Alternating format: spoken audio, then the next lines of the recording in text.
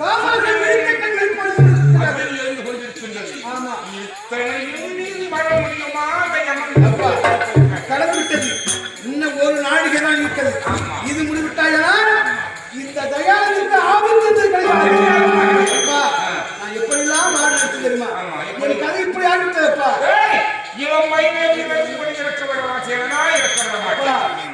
போன்ற வாழ்வு தள்ளாடி போமா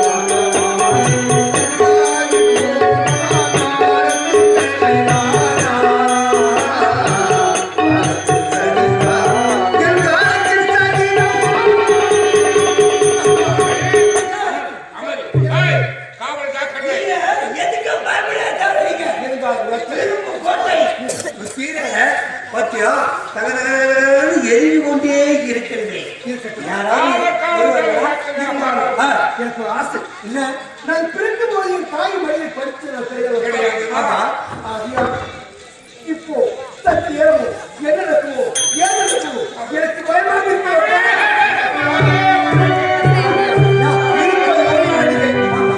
அதனால எங்க அப்பா மடியில நான் படுக்கணும்னு ஆசை. கடைசி அப்படின்னு ஒரு எண்ணம் இருக்கிறது. அந்த ஆசை நடக்காம போயிடுமோ இல்ல நடக்குமோ? அதான் என் ஆசை நிறைவேற்றப்படாத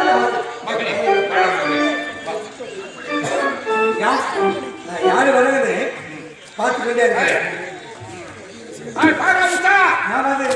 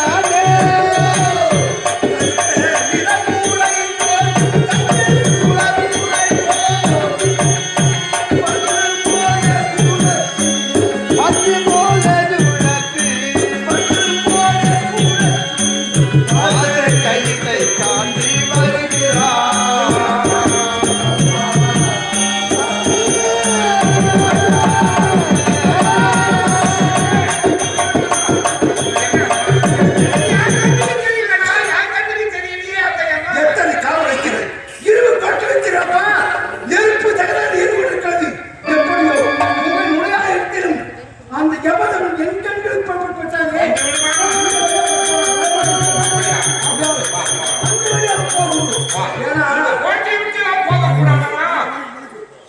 அப்பா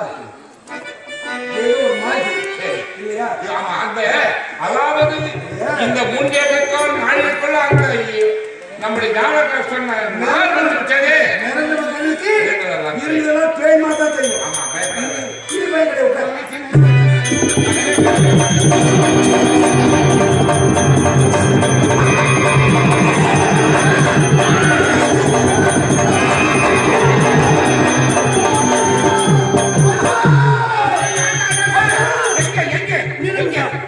இது கனவு அப்பா சென்னில் போய்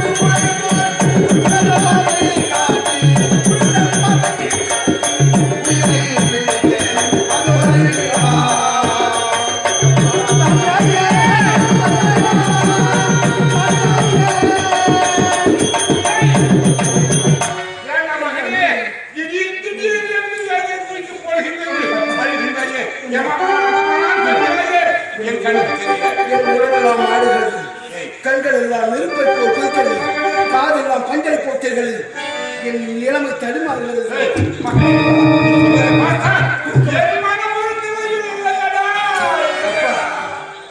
அவரப்பா தூக்கம் வருகிறது.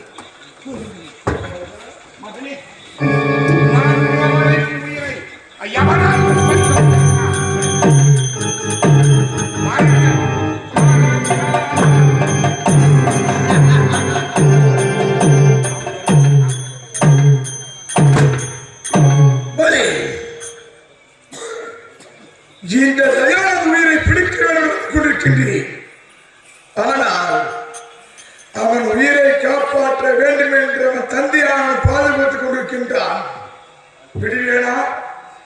யார் இதை முருகின்றதோ உயிரை கவரக்கூடிய அவன் இவன் உயிரை நான் விட்டு வைப்பேனா? ஒரு காலம் விட மாட்டேன். இப்போது அவன் உயிரை நான் பிடிக்கின்றேன்.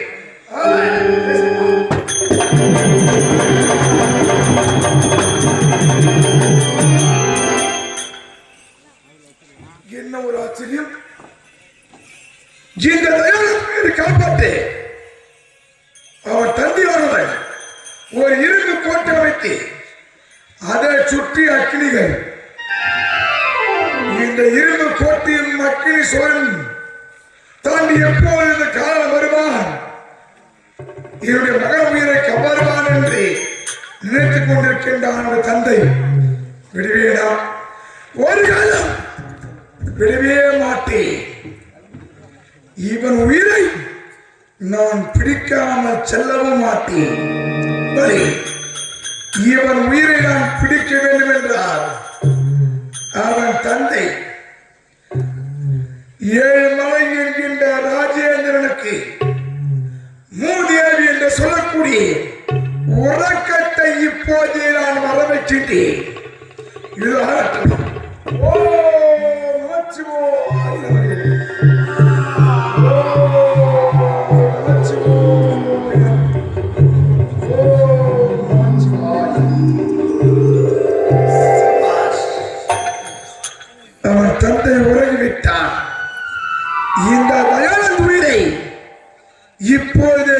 வைத்துக் கொண்டு புறப்படுகிறேன். மைமசுரப்பட்டின யமலோகம் புறப்படுகிறேன்.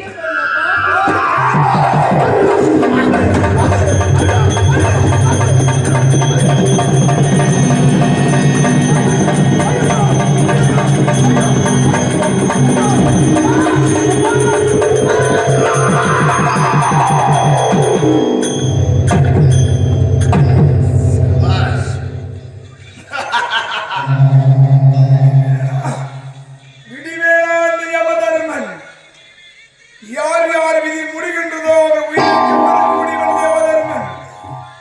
இந்த தயானந்த உயிரை விட்டு விடுவேடா, ஆயுள் முடிந்து விட்டது. உன் உயிரை கைப்பறி விட்டேன். புறப்படுகின்றேன் யமலோகம் வருகின்றேன்.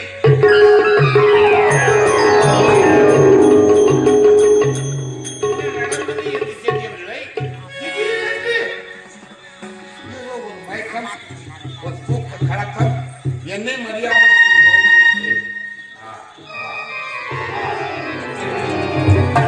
மகனே மகனே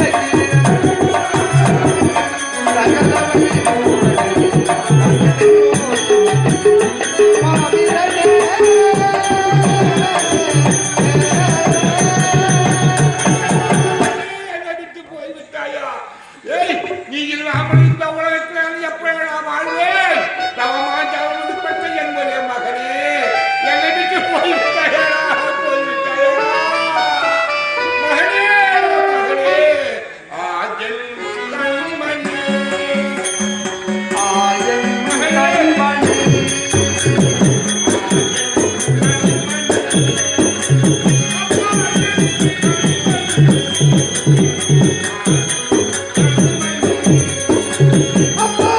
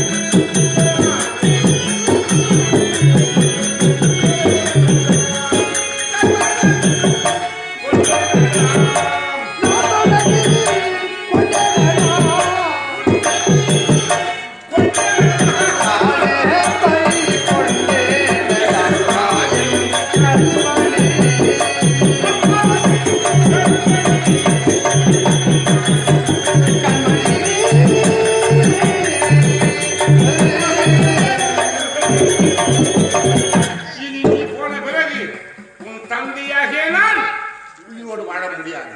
நீ சென்ற இடத்துக்கு நானும் வருகிறேனடா, நானும் வருகிறேனடா. இதோ நானும்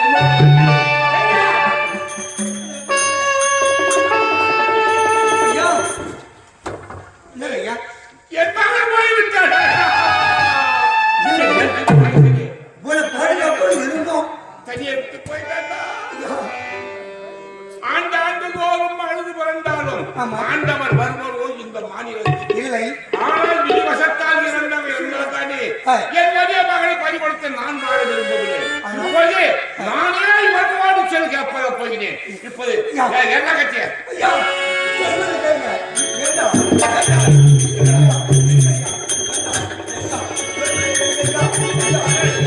மகனே போன நீ வாழ நான் விருப்பம் கிடையாது. அந்தமா என்னை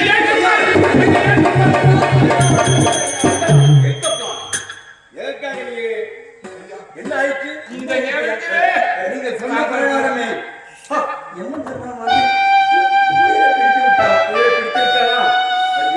அப்பொழுதே நான் சொன்னேன், 8:45 நாளைக்கு உன் மகனை நீங்கள் காப்பாற்ற வேண்டும் சொன்னீங்க. ஐயனி பிராமணரே, நான் எவ்வளவு சிரமப்பட்டு உலகம் காவலர்களாம் வைத்து இரும்பு கோட்டை கட்டி அக்னியை வளர்த்தி அவளோடு நான் ஐயா இருந்தேன்.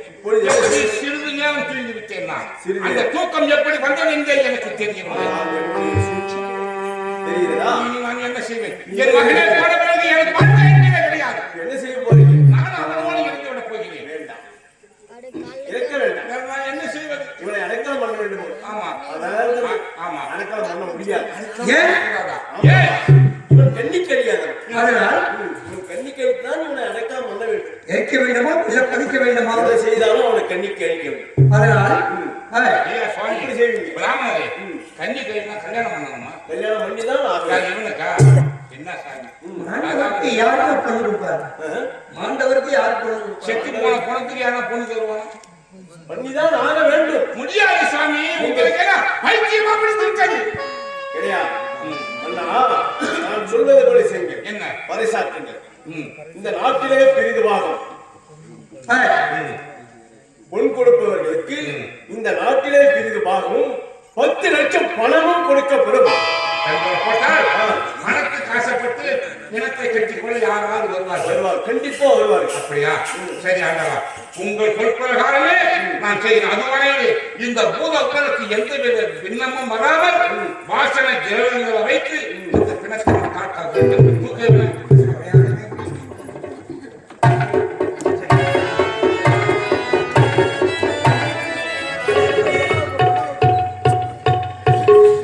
ஏ காவலா,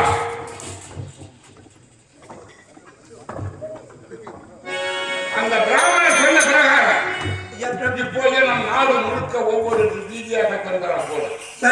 அதாவது நாட்டின் இளவரசன் பிரயாணம் வந்திருக்கான்.